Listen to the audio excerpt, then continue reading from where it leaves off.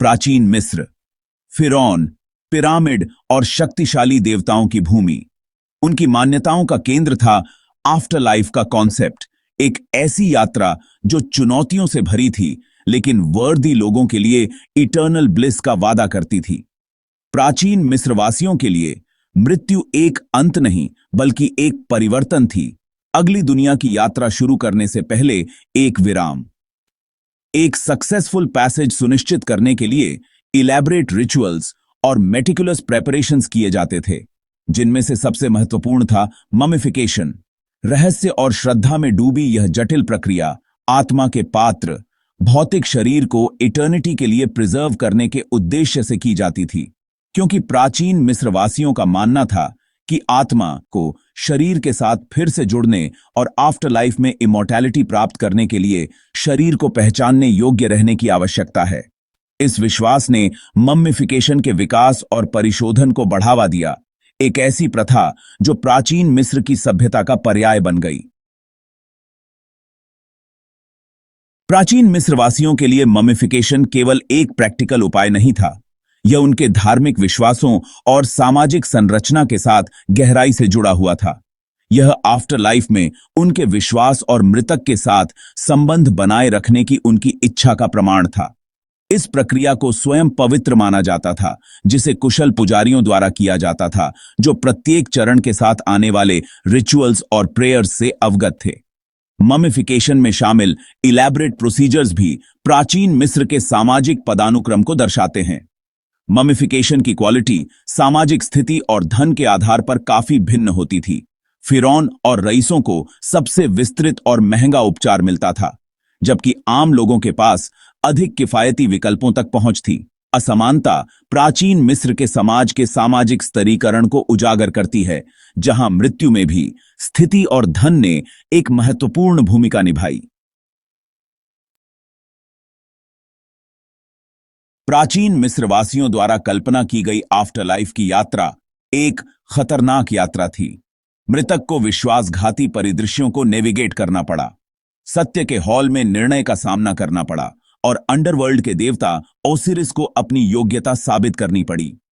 मृतक को इस कठिन यात्रा के लिए तैयार करने के लिए प्राचीन मिस्रवासियों ने फ्यूनेररी रिचुअल्स और मान्यताओं की एक जटिल प्रणाली विकसित की। मृतक को मार्गदर्शन और आराम प्रदान करने के लिए मकबरों को आफ्टर लाइफ के दृश्यों से सजाया गया था। अपनी यात्रा पर KIA को बनाए रखने के लिए मकबरों में भोजन, पेय और अन्य आवश्यकताओं का प्रसाद रखा जाता था, लेकिन इन तैयारियों का केंद्र ममिफिकेशन के माध्यम से भौतिक शरीर का संरक्षण था, एक ऐसी प्रक्रिया जिसने यह सुनिश्चित किया कि मृतक के पास KIA के वापस लौटने के लिए एक पहचान योग्य रूप होगा। ममिफिकेशन की जटिलताएं सदियों तक एक गुप्त रहस्य बनी रहीं, जो पीढ़ी दर पीढ़ी एम्बाल्मर्स को दी जाती रहीं। हालांकि ग्रीक इतिहासकार हेरोडोटस ने अपने मौलिक काम द हिस्ट्रीज में इस आकर्षक प्रथा का पहला विस्तृत विवरण प्रदान किया। 5वीं शताब्दी ईसा पूर्व में मिस्र का दौरा करते हुए हेरोडोटस ने ममिफिकेशन के विभिन्न तरीकों का सावधानीपूर्वक दस्तावेजीकरण किया, एक ऐसी प्रथा पर प्रकाश डाला जिसने लंबे समय से बाहरी दुनिया की कल्पना को मोहित किया था। हेरोडोटस ने ममिफिकेशन के 3 प्राथमिक स्तरों का वर्णन किया, जिनमें से प्रत्येक विभिन्न सामाजिक वर्गों और बजटों को पूरा करता है। शाही उपचार, जो फिरौन और समाज के सर्वोच्च सोपानों के लिए आरक्षित है, धनी अभिजात वर्ग के लिए डिलक्स उपचार और आम लोगों के लिए अधिक किफायती बार्गेन उपचार। ममिफिकेशन के ये अलग अलग स्तर, जैसा कि हेरोडोटस द्वारा प्रलेखित किया गया है, प्राचीन मिस्र के समाज की सामाजिक और आर्थिक गतिशीलता में बहुमूल्य अंतर्दृष्टि प्रदान करते हैं। Section 5, royal treatment fit for a king. फिरौन के लिए पृथ्वी पर होरस का अवतार केवल सबसे विस्तृत और महंगा ममिफिकेशन ही पर्याप्त होगा।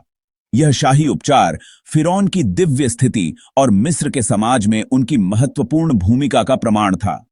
प्रक्रिया की शुरुआत मस्तिष्क को हटाने से होती थी, नथुनों के माध्यम से एक हुक्ड इंस्ट्रूमेंट का उपयोग करके। हृदय को छोड़कर आंतरिक अंगों को पेट के बाईं ओर किए गए एक चीरे के माध्यम से निकाला जाता था। फिर इन अंगों को साफ किया जाता था, नेट्रॉन से उपचारित किया जाता था और लिनन में लपेटा जाता था। इस प्रक्रिया ने फिरौन के शरीर के संरक्षण को सुनिश्चित किया, उसे आफ्टर लाइफ के लिए तैयार किया। Section 6, deluxe treatment, preserving for the elite. प्राचीन मिस्र के धनी अभिजात वर्ग के लिए डिलक्स उपचार ने शाही ममिफिकेशन के लिए एक परिष्कृत विकल्प की पेशकश की। यह विधिशाही उपचार के समान थी, लेकिन कुछ चरणों को छोड़ देती थी। मस्तिष्क नथुनों के माध्यम से निकाला जाता था। आंतरिक अंगों को हटाने के बजाय देवदार का तेल इंजेक्ट किया जाता था। 70 दिनों के बाद शरीर को ताड़ की शराब और मसालों से धोया जाता था। फिर शरीर को नेट्रॉन से औपचारित किया जाता था और लिनन में लपेटा जाता था। डिलक्स ममिफिकेशन ने मृतक के सम्मानजनक संरक्षण को सुनिश्चित किया। Section 7, the bargain treatment, accessibility for all. जबकि शाही और डिलक्स उपचार अभिजात वर्ग के लिए थे, प्राचीन मिस्रवासियों ने सामाजिक प्रतिष्ठा की परवाह किए बिना सभी के लिए ममिफिकेशन के महत्व को पहचाना।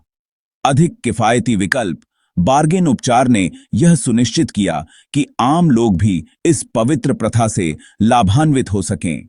यह विधि, जबकि कम विस्तृत, फिर भी शरीर को संरक्षित करने और मृतक को आफ्टर लाइफ के लिए तैयार करने के उद्देश्य से थी। बार्गेन उपचार में शरीर को साफ करना और पेट में चीरा लगाकर आंतरिक अंगों को निकालना शामिल था। फिर ऊतकों को निर्जलित करने और संरक्षित करने के लिए शरीर को 70 दिनों के लिए नेट्रॉन से उपचारित किया गया। नेट्रॉन उपचार के बाद शरीर को धोया गया, लिनन की पट्टियों में लपेटा गया और दफनाने के लिए तैयार किया गया। जबकि अन्य तरीकों की तुलना में कम विस्तृत, बार्गेन उपचार ने मिस्र के आफ्टर लाइफ मान्यताओं के ईगलिटेरियन पहलू को दर्शाया, यह सुनिश्चित करते हुए कि सामाजिक प्रतिष्ठा की परवाह किए बिना सभी को अनंत जीवन का अवसर मिले। Section 8, the tools and techniques of ancient embalmers. Mummification की कला प्राचीन मिस्र के एम्बाल्मर्स की सरलता और कौशल का प्रमाण थी। ये कुशल व्यक्ति, जो अक्सर पुजारी होते थे, शरीर रचना विज्ञान और धार्मिक अनुष्ठानों की गहरी समझ रखते थे। चीरे लगाने के लिए कांस्य और ऑब्सीडियन चाकू का उपयोग किया जाता था। नेट्रॉन, वेदी नेट्रन में पाया जाने वाला नमक, निर्जलीकरण प्रक्रिया में सहायक था। रेजिन्स, परफ्यूम्स और स्पाइसेस का उपयोग परिरक्षक गुणों के लिए किया जाता था। इन प्राचीन कारीगरों द्वारा नियोजित तकनीकें आज भी हमें आकर्षित करती हैं। Section 9, the legacy of mummification, insights into the past. Mummification की प्रथा, जबकि मुख्य रूप से एक धार्मिक अनुष्ठान, ने अनजाने में हमें अतीत में एक अनूठी खिड़की प्रदान की है। प्राचीन मिस्र की ममियां सहस्राब्दियों से उल्लेखनीय रूप से संरक्षित हैं। इस प्राचीन सभ्यता के स्वास्थ्य, आहार, बीमारियों और आनुवंशिक बनावट में अमूल्य अंतर्दृष्टि प्रदान करती हैं। ममियों का अध्ययन करके वैज्ञानिक प्राचीन बीमारियों, चिकित्सा पद्धतियों और यहां तक कि विभिन्न आबादी के बीच आनुवंशिक संबंधों के बारे में जानकारी प्राप्त कर सकते हैं। ममिफिकेशन की विस्तृत प्रक्रिया, जबकि मृतक के लिए अनंत जीवन सुनिश्चित करने का इरादा था, ने अनजाने में हमें उन लोगों के जीवन और समय की एक झलक दी है जो हजारों साल पहले रहते थे। Section 10, conclusion, a timeless testament to Egyptian beliefs. Mummification प्राचीन मिस्र का पर्याय बन चुकी एक प्रथा, मृत्यु और आफ्टर लाइफ के बारे में उनके जटिल विश्वासों के लिए एक कालातीत वसीयतनामा के रूप में खड़ी है। सावधानीपूर्वक प्रक्रिया, पवित्र अनुष्ठान और उपचार के विभिन्न स्तर सभी नश्वर क्षेत्र से परे जीवन की निरंतरता में मिस्रवासियों के गहरे विश्वास को दर्शाते हैं। ममिफिकेशन की विरासत मिस्र की शुष्क रेत से कहीं आगे तक फैली हुई है, जो समय और स्थान में संस्कृतियों की कल्पना को मोहित करती है। यह अमरता की मानवीय इच्छा, जीवन और मृत्यु की सीमाओं को पार करने की खोज और सभ्यता के पाठ्यक्रम को आकार देने में विश्वास की स्थायी शक्ति की मार्मिक याद दिलाता है।